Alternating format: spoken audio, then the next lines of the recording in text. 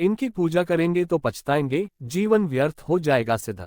हिंदू धर्म में ईश्वर आराधना के प्रकार हैं संध्यावंदन, संध्योपासना, प्रार्थना, आराधना, ध्यान साधना, कीर्तन, भजन और पूजा आरती। सभी का अलग अलग महत्व है। जहां तक सवाल पूजा और आरती का है तो ये किसकी करना चाहिए और किसकी नहीं, ये समझना जरूरी है। प्राचीन काल में कई तरह की अलौकिक जातियां होती थीं, जैसे देव, दैत्य, दानव, राक्षस, यक्ष, गंधर्व, भल्ल, वसु, अप्सराएं, पिशाच, सिद्धर, मरुदगण, किन्नर, चारण, भाट, किरात, रीछ, नाग, विद्याधर, मानव, वानर आदि। कालांतर में देवी और देवताओं को छोड़कर सभी की पूजा कर प्रचलन हो चला। इसके अलावा बीच बीच में और भी कई लोगों की पूजा कर प्रचलन बढ़ता गया। शास्त्रों में ईश्वर, देवी देवता और ब्रह्मा, विष्णु एवं शिव के अवतारों की पूजा और आरती का ही प्रचलन है, बाकी सभी का निषेध है। आओ जानते हैं और किन की पूजा करते हैं और क्यों नहीं करना चाहिए।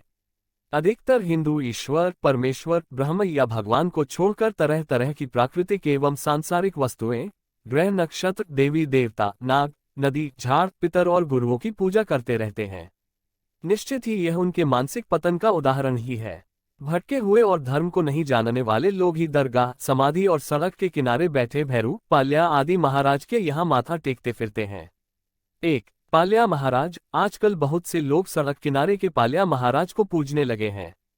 दरअसल जबकि किसी हिंदू की किसी सड़क हादसे में मौत हो जाते हैं तो उस जगह या स्थान पर उक्त व्यक्ति की याद में एक ओटला बना दिया जाता है।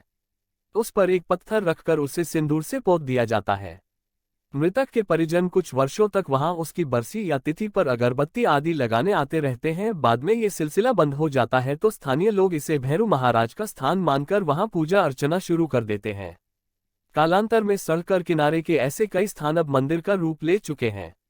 इसी तरह जब कोई मुस्लिम किसी सड़क हादसे में मरता है तो वहां दरगाह बना दी जाती है। 2. सिद्धों की समाधि या दरगाह। नागा, साधु, नाथ संप्रदाय, बैरागी समाज और गोस्वामी समाज के लोग अपने मृतकों का दाह संस्कार नहीं करते। वे उनकी समाधि देते हैं। पहले उनके अलग समाधि स्थान होते हैं। बाद में जिस तरह कब्रिस्तान के लिए भूमि दी जाती है उस तरह उन्हें भूमि देना बंद कर दिया गया। अब मजबूरी में ये लोग अपने अपने समाज की निजी भूमि पर समाधि देकर वहां एक ओटला बनाते हैं जिसके ऊपर एक छोटा सा शिवलिंग स्थापित कर दिया जाता है। कालांतर में यही समाधि स्थल शिव मंदिरों में बदल गए। कालांतर में उनमें से बहुत से समाधि स्थलों ने दरगाह का स्वरूप अपना लिया है। आज ऐसे कई संत हैं जिनके समाधि स्थलों पर मेला लगता है। मध्यकाल में जब सूफी लोग आते थे तो वे शहर या गांव के बाहर ही डेरा डाल कर रहते थे। वहीं बाद में उनके इंतकाल के बाद उनकी दरगाह बना दी जाती थी। अधिकतर दरगाह या कब्रें आपको शहर या गांव की सीमा में मिलेंगी। इसके पीछे और भी कई कारण हैं। आजकल हिंदू कई दरगाहों पर जाकर माथा टेकता है जो कि धर्मसम्मत नहीं है। 3. छत्रियां। उल्लेखनीय है कि देश में ऐसी कई छत्रियां या स्मारक हैं जो किसी राजा महाराजा के समाधि स्थल है। मध्यकाल में कब्रिस्तान, शमशान या समाधि स्थल शहर के बाहर होते थे, लेकिन आबादी बढ़ने और शहरीकरण के चलते अब ये सभी शहर के भीतर होकर उनमें से कई तो समाप्त हो गए। बस वहीं कब्रें, समाधि आदि बच गए जिनकी देखरेख होती रही या जो आकार प्रकार में भव्य थे। सेठ, साहूकार या मालदार लोग अपने मृतकों की कब्रें या समाधि अच्छी बनवा देते थे। 4. सती मंदिर। सती मंदिरों का निर्माण मध्यकाल में हुआ जबकि इस्लामिक आक्रांताओं ने भारत पर हमला किया था। उस काल में आक्रांता लोग महिलाओं को लूटकर अरब ले जाते थे या राजाओं के मारे जाने के बाद उनकी रानियां जौहर की रस्म अदा करती थी, अर्थात या तो कुएं में कूद जाती थी या आग में कूदकर जान दे देती थी। हिंदुस्तान पर विदेशी हमलावरों ने जब आतंक मचाना शुरू किया और पुरुषों की हत्या के बाद महिलाओं का अपहरण करके उनके साथ दुर्व्यवहार करना शुरू किया तो बहुत सी महिलाओं ने उनके हाथ आने से अपनी जान देना बेहतर समझा। उस काल में भारत में आक्रांताओं द्वारा सिंध, पंजाब, उत्तर प्रदेश, महाराष्ट्र और राजस्थान आदि के क्षत्रिय या राजपूत क्षेत्रों पर आक्रमण किया जा रहा था। उल्लेखनीय है कि जौहर किए गए उस स्थान पर एक मंदिर बना दिया जाता था। बाद में वही मंदिर पवित्र स्थान इसलिए बन गया क्योंकि महिलाओं ने बलिदान दिया था। इन पवित्र मंदिरों में उक्त शहीद महिला को देवी मानकर पूजा जाता है। राजस्थान में ऐसे कई मंदिर हैं। हमारा उन मंदिरों से कोई विरोध नहीं है, लेकिन यहाँ ये कहना जरूरी होगा कि वे मंदिर की जगह हमारे इतिहास के स्मारक या प्रतीक है, पवित्र स्थान है। यदि आप भी किसी समाधि, कब्र या पाल्या महाराज के यहाँ माथा टेकने जा रहे हैं, अगरबत्ती लगा रहे हैं तो निश्चित ही जानिए आप सही मार्ग पर नहीं हैं। हालांकि यह आपका चयन है, लेकिन ऐसा करके आप मृतकों, भूतों और आत्माओं के पूजक ही माने जाएंगे। हो सकता है कि आपको इससे तात्कालिक लाभ मिले। गुरु की पूजा। बहुत से हिंदू अपने अपने गुरुओं की पूजा करते हैं। कई लोग तो ऐसे हैं जिन्होंने अपने जिंदा गुरु की आरती और चालीसा बना ली है और वे उनकी आरती उतारते हैं। इसे ईश्वर को छोड़कर व्यक्ति पूजा कहते हैं, जो कि हिंदू धर्म में निषेध है। नेता और अभिनेताओं की पूजा। बहुत से ऐसे लोग हैं जिन्होंने अपने चहेते नेता और अभिनेताओं के मंदिर बना रखे हैं और वे वहां बाकायदा उनकी देवी और देवताओं की तरह पूजा आरती करते हैं। यह मानसिक पतन ही है। सचिन तेंदुलकर, रजनीकांत, अमिताभ बच्चन, नरेंद्र मोदी और सोनिया गांधी के मंदिरों के बारे में तो आपने सुना ही होगा। ऐसा मंदिर बनाकर उसमें पूजा करने वाले हिंदू धर्म का अपमान ही कर रहे हैं।